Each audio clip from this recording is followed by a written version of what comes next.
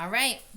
Tonight's homework is chapter 6 called Skunk Lunch. And where we had left off in the last one is Mom had brought home a tiny skunk. Was your prediction right? If not, that's okay. And they're going to take care of it because it was orphaned, meaning it didn't have any parents to be with until it was a little bit bigger, and then it would be able to go to a rescue center. All right, fingers ready to follow along as I read. Can it spray yet? Janie asked. No, Mom answered. Soon he will be able to, but when skunks are babies, they can't spray as strongly as the adults. Bat realized that he didn't know a lot about skunks. He knew they sprayed a stinky smell to protect themselves, and he knew they were mammals, and he knew they were omnivores. That's a big word. Omnivores because they ate bugs and smaller animals and plants too. So remember, carnivore eats meat, and then an omnivore eats both. But he didn't know very much more than that. He decided to learn everything about skunks. What are we going to feed him? Bat asked. Can I do it? He's too little to eat yet, so we need to feed him formula. They don't make skunk formula, so we use puppy formula. It's the closest thing to mother skunk's milk. Janie stood up. It's a cute skunk, Mom, but I want to go over to Ezra's house, okay? Okay, Mom said. Be back in an hour. Ezra lived 3 houses up the block and had been Janie's best friend since before Bat was born. Janie loved Ezra. She thought he was funny and smart and creative. Bat didn't love Ezra. He thought Ezra was loud and annoying and a mean tease. Sometimes when Janie went to play at Ezra's house, it bothered Bat that he wasn't invited, and that there wasn't a house he was invited to visit where Janie couldn't go. But right now, he didn't care about Ezra or about anything other than feeding the skunk kit. Goodbye, he said to Janie without taking his eyes off the baby skunk's tiny face. The skunk was yawning and licking his lips with the world's tiniest, pinkest tongue. Janie left. Mom said, Okay, Bat, sit right here and I'll get the formula.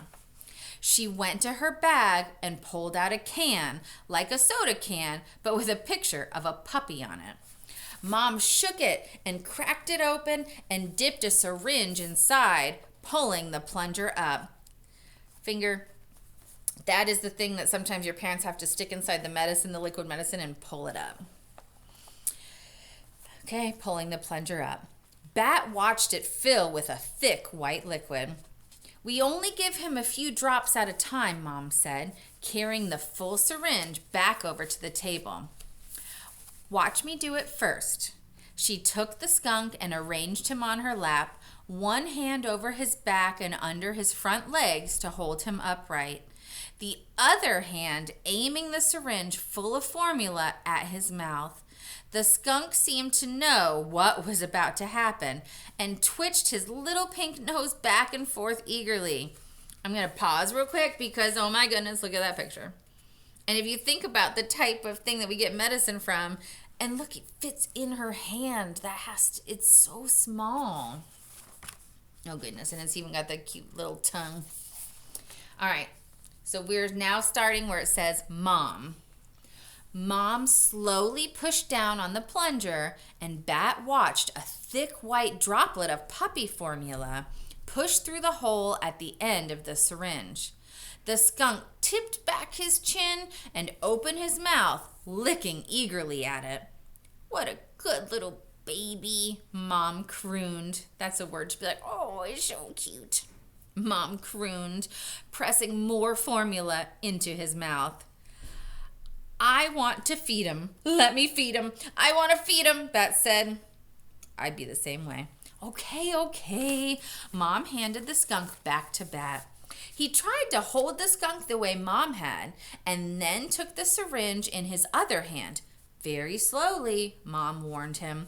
And finally, it was Bat's turn.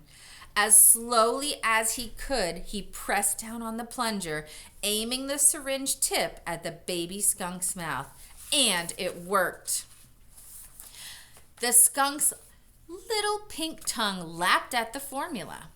Droplets gathered at the corners of his mouth, and some ran down his chin onto the towel, but most of it made it into the baby skunk. "I'm doing it," Bat whispered. "I'm feeding him." "You sure are," Mom said.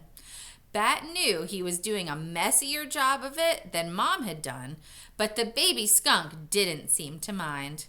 "I love him," Bat said. He hadn't meant to say it out loud. Mom laughed. "Careful, or you might make me jealous," she said. "But it's true," Bat said. "I love him." Mom said they'd have to hand the kid over to the rescue center in a month. But Bat, holding the tiny animal in his arms, made a silent promise that he'd figure out a way to keep him. I wonder if he's going to make that happen. Okay. Go ahead, do your work, reread if you need to, rewatch if you need to. I'll see you for chapter 7.